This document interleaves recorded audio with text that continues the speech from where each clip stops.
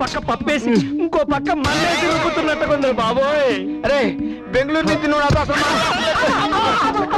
ఓ పక్క పోలీసులు కుళ్ళ పొడిచేస్తే ఈ పక్క నువ్వు కొడతావా? సొట్ట ముఖం బట్టతల ఎదవా. ఎందుకురా బాధపడతావు? మన ముగ్గురిని కొట్టారు కదా. ఒరేయ్, ఒక విషయంలో బెంగళూరు పోలీసులు మెచ్చుకోవాలరా. దేంట్లోరా? ఒకడు ఎక్కువ ఒకడు తక్కువ అని లేకుండా ఈక్వల్ గా ఎరగొట్టారు బాబా. అరే ఇలాంటివన్నీ పట్టించుకోకూడదురా. జీవితంలో ఇవి మర్చిపోలేని మధుర ఘట్టాలు ఆయన. ఇంకెప్పుడు నువ్వు నాతో మాట్లాడు.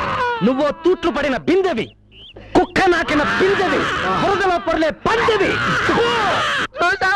ఎంత నీచంగా తిడుతున్నాడు. ఏయ్ పాపం వాడేం చేస్తాడు రా? వాడు మనకు మంచి చేయాలనుకున్నాడు, టైం బాగోలేదు అంతే. ఏం చేస్తాం? ఆడు చేయాలనుకున్న మంచి నా పెళ్ళ నెక్లెస్ తాకట్టు పెట్టి 5,000 తీసుకొచ్చాను. ఇప్పుడు ఈ విషయం తెలిసిందంటే నా బాడీలో మిగిలిన పార్టల్ని పగలగొట్టేస్తుందని భయంగా ఉందిరా. ఈ ప్రాబ్లం నీకే కాదురా, నాకు ఉంది.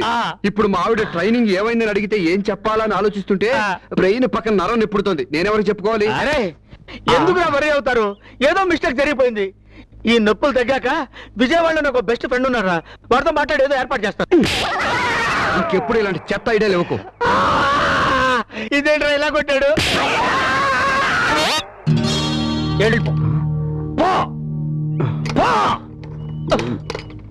ఏం బావా, ఏమైంది? తాళం వేసిందేంటి? మా ఇంటికి కూడా తాళం వేసింది. మనం ఊళ్ళో లేమన్న ధైర్యంతో వీళ్ళు మ్యాట్నిక్ చెక్కేసి ఉంటారు. ఏమ్మా పైన ఆడుకుంటున్నారా? అవును డాడీ. మమ్మీ ఎక్కడికి వెళ్ళిందమ్మా? ఉద్యోగానికి వెళ్ళింది. అమ్మ కూడా వెళ్ళింది. ఆంటీ ఎదురా? ఆంటీ కూడా వెళ్ళింది. పిలిచినా రానంటావా, కలుసుకోలేనంటావా, నలుగురు ఉన్నారంటావా,